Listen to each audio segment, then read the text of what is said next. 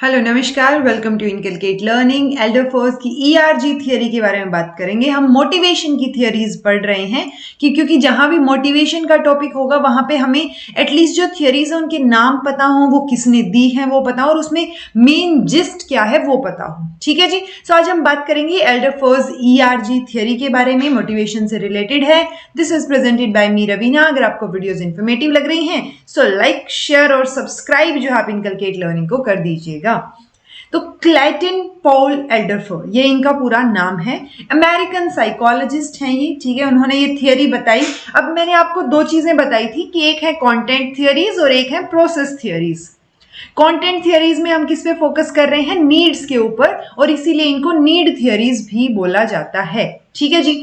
So need theories में ये दूसरी थियरी है। एक थियरी हम ऑलरेडी कर चुके हैं, मैस्लो की हायरार्की ऑफ नीड की थियरी।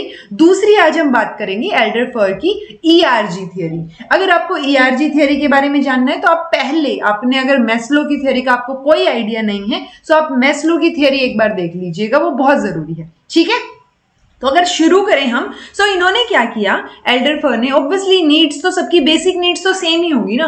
सो एक हायरार्की तो नीड्स में मैस्लो ने ऑलरेडी दे दी। सो इन्होंने क्या किया, वो जो 5 हायरार्की में नीड्स थी मैस्लो ने जो दी थी, उन्हीं को क्या किया, कंबाइन करके 3 पर्टिकुलर जो है वो नीड्स बना दी। ठीक है, यानी कि हम ये बोल सकते हैं मैस्लो की जो हायरार्की ऑफ नीड्स है वो एक ब्रॉड हो गया, उसी को आप कंडेंस फॉर्म में कर रहे हैं, या उसी को आप क्या कर रहे हैं, थोड़ा सा कॉम्पैक्ट करने की कोशिश कर रहे हैं। वो किस में आ जाएगा? एल्डरफोर की ईआरजी थियरी में। सो ये जो थियरी है ये क्या है? Condensed form of Maslow's needs. अब वो जो 5 नीड्स है उनमें उनको 3 में करना, मतलब आप 5 से 3 में जा रहे हैं ना, सो कहीं ना कहीं तो ओवरलैपिंग होगी नीड्स की। ठीक है, सो कुछ लेवल पे ओवरलैपिंग भी देखने को हमें मिलेगी। अब ये जो ईआरजी है इसका मतलब क्या है? तो जो मैस्लो की 5 नीड्स हैं उनको 3 कैटेगरीज में डिवाइड कर दिया एल्डरफोर ने। पहला है ई से एग्जिस्टेंस नीड, आर से रिलेटेडनेस एंड जी से ग्रोथ। ई से एग्जिस्टेंस नीड मतलब आपको एग्जिस्ट करने के लिए जिन चीजों की जरूरत है, जिनको हम कई बार क्या बोल देते हैं, फिजियोलॉजिकल नीड्स, कि हमें खाना, पानी, रहना, सेक्स, ये सारी चीजों की जरूरत होती है। तो वो जो जरूरत है एग्जिस्टेंस के लिए, जो जरूरतें हैं वो एग्जिस्टेंस नीड्स में जाएंगी। जब वो कंप्लीट होंगी तब हम रिलेटेडनेस की नीड्स पे जाएंगे। रिलेटेडनेस में क्या आ जाएगा कि आप एक दूसरे, मतलब आपके रिलेशनशिप्स कैसे हैं, लव एंड बिलोंगिंगनेस कैसा है, सेफ, तो वो सारी चीजें किस में आएंगी? रिलेटेडनेस में। और जब आप ग्रोथ की बात करते हैं तो एक सेल्फ एक्चुअलाइजेशन, स्पिरिचुअल नीड्स, वो किस में चली जाएंगी? ग्रोथ नीड्स में। ये आपने देखा था, ये जो 5 है, पहला था physiological, safety, belongingness and love needs, 4th था सेल्फ एस्टीम एंड 5th था सेल्फ एक्चुअलाइजेशन।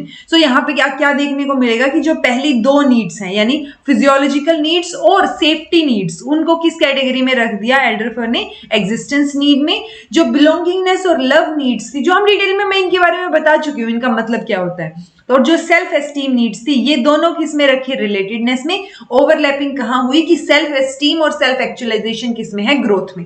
यानी कि जो सेल्फ एस्टीम नीड्स हैं उनको हम ग्रोथ नीड्स में भी मानते हैं कि आपको अपनी, मतलब खुद के ऊपर जब आप फोकस कर रहे हैं तो वो सेल्फ एस्टीम नीड्स ग्रोथ में फोकस करेंगे, आपकी ग्रोथ में हेल्प करेंगी।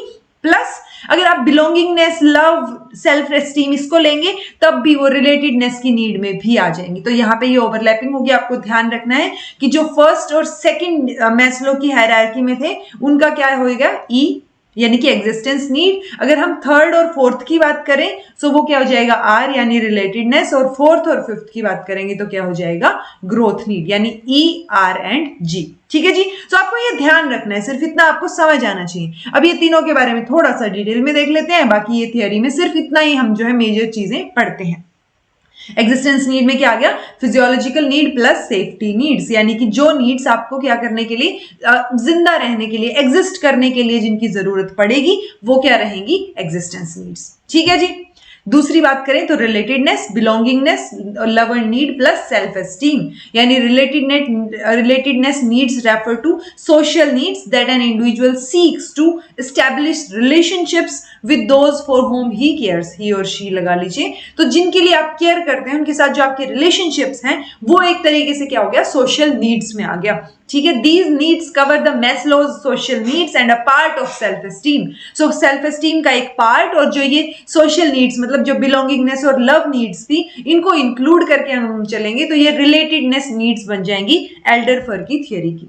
ग्रोथ नीड्स की बात करेंगे तो जो बचा हुआ पार्ट है कुछ एक थोड़ा बहुत पार्ट सेल्फ एस्टीम नीड्स का प्लस कंप्लीट पार्ट जो है सेल्फ एक्चुअलाइजेशन का, यानी ग्रोथ नीड्स में क्या कवर हो जाएगा, मैस्लो की self actualization needs as well as जो सेल्फ एस्टीम का पार्ट है वो, which are internal to the individual, जैसे कि feeling of being unique, personal growth. तो ये जो सारी चीजें जो हमने बोला था ना कि एक मैक्सिमम पोटेंशियल आपका निकल के आए कि आप क्या करने के लिए बने हैं, क्यों जी रहे हैं, आपने इस धरती पे किस लिए जो है आपने जन्म लिया है, तो आपका पर्पस क्या है लाइफ का, तो वो सारी चीजें सेल्फ एक्चुअलाइजेशन में हमने पढ़ी थी, राइट। तो इनको मिला के क्या हो जाएगा, ग्रोथ नीड्स।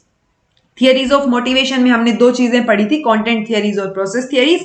मैस्लो की हायरार्की ऑफ नीड्स हम कर चुके हैं।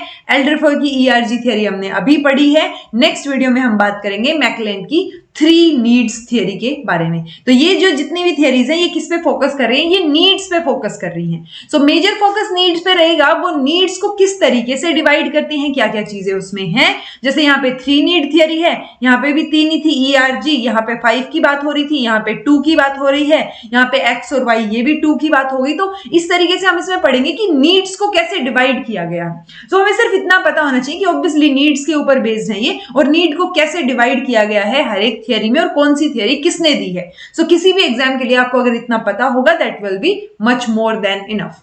ठीक है जी। So this was all about today. ये थियरी अगर आपको समझ नहीं आई है तो कमेंट करके पूछ लीजिएगा। अगर आप पहली बार चैनल पे आए हैं तो लाइक कर दीजिएगा, शेयर कर दीजिएगा और सबसे इंपॉर्टेंट सब्सक्राइब कर दीजिएगा। समझ आ गया है तो कमेंट करके बता देना कि समझ आ गया है, और आपको इनकलकेट लर्निंग जो है किस तरीके से हेल्प कर रहा है वो भी कमेंट करके जरूर बताइएगा। This was all about today. Thank you so much for watching. Be happy and keep smiling.